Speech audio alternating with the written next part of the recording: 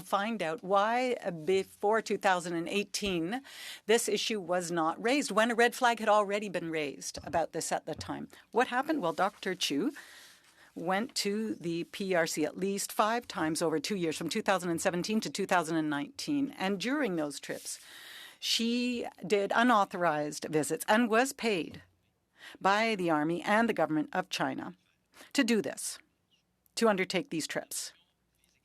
The purpose of the motion is to understand why it took 10 months. Just imagine 10 months for the government, after these red flags were raised, to figure out how these breaches were happening. In September 2018, Dr. Chu registered a patent. It still took 10 months to secure the lab once it was discovered by the RCMP. That's unacceptable. Now, the purpose of this motion is also to examine why the documents that were originally requested in 2021 were overclassified.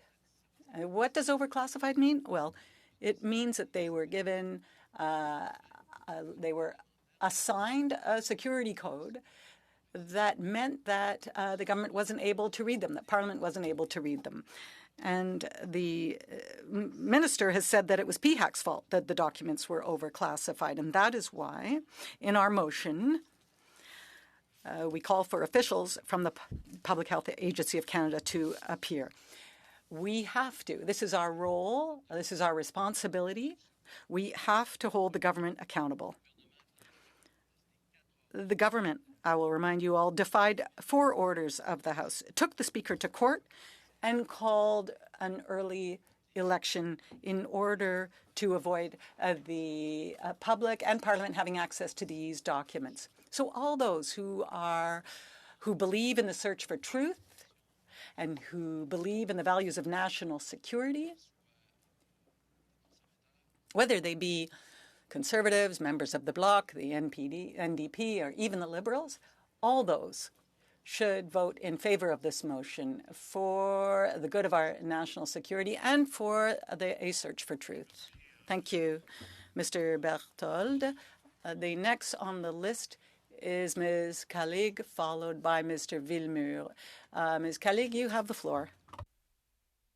Thank you very much, Mr. Chair. Thank you for your indulgence and for the privilege of being able to speak in this committee on this very, very important issue.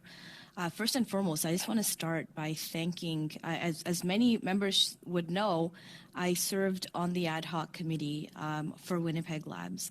And I want to thank MP Renee Villemur, Heather McPherson, and John Williamson, all from different parties. The 4 of us worked very tirelessly to go through these documents and to ensure that we were actually being able to be open and transparent. It was a great process. And this committee, this ad hoc committee, was something that this Liberal government put into place. And it was difficult to get it going because the Conservatives dragged their feet for so long. And when we got through this months and months of work that we did collectively, nonpartisan way, to really find out and to understand what happened here, I think that we came to a good conclusion. And I really want to congratulate my 3 other colleagues on that really, really good work. Now, this ad hoc committee, we had proposed this ad hoc committee of parliamentarians to balance that parliamentary accountability while protecting national security. And Chair and colleagues, as you may know, I've sat on National Security Intelligence Committee of Parliamentarians. I know how important it is for us to balance that relationship of accountability while also protecting our national security.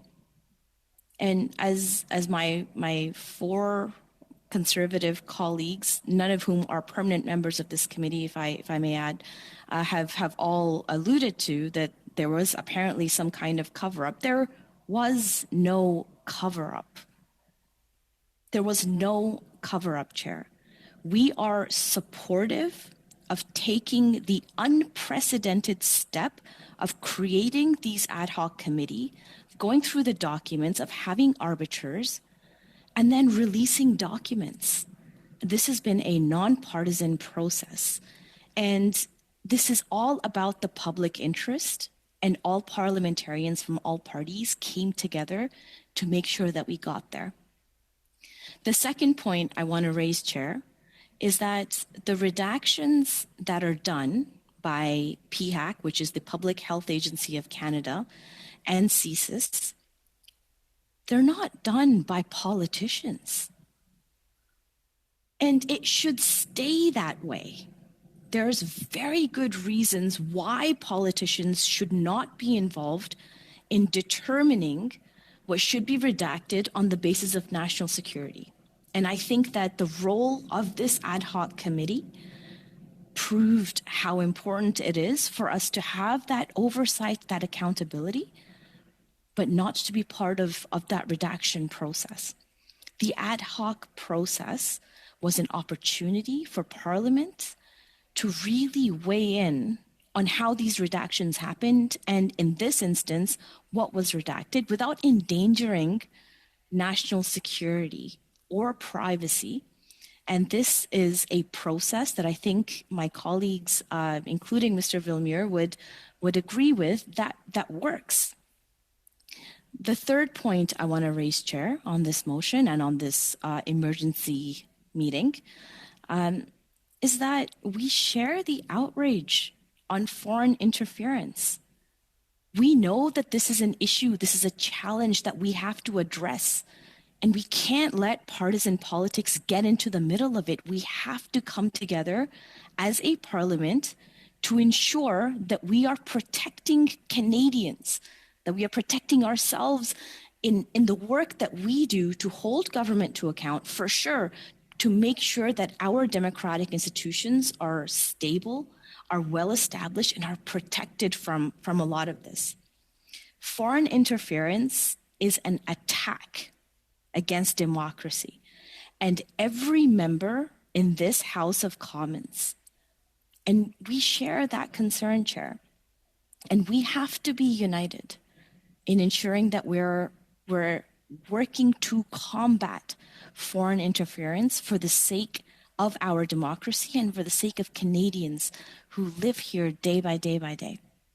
And it is unacceptable that there were 2 Canadian citizens who were eminent and well-known scientists in Canada that lied to the Public Health Agency of Canada about their work in China.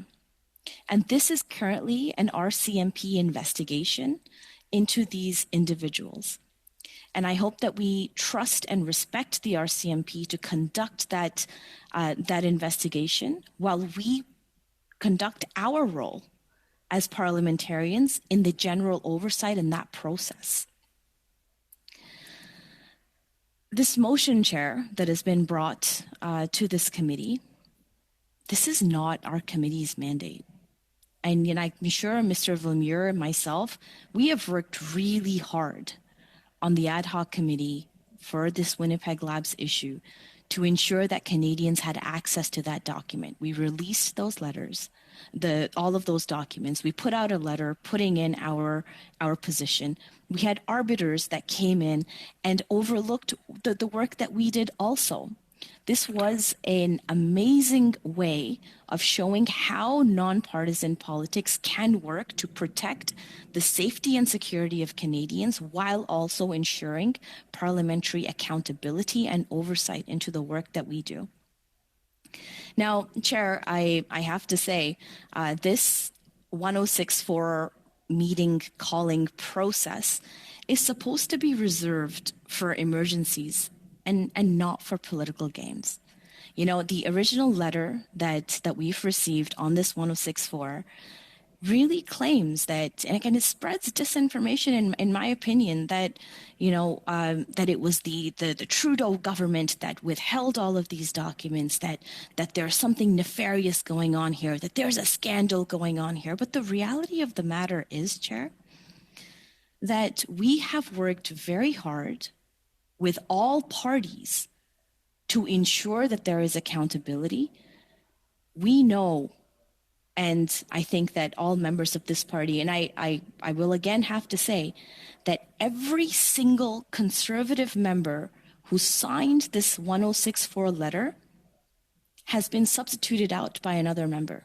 They are not here in this room. So clearly, this is not the emergency that these permanent members signed off on. They're not here. Clearly, they don't care when we have all of these people substituted in for what is the mandate and the expectation of what the Ethics Committee is.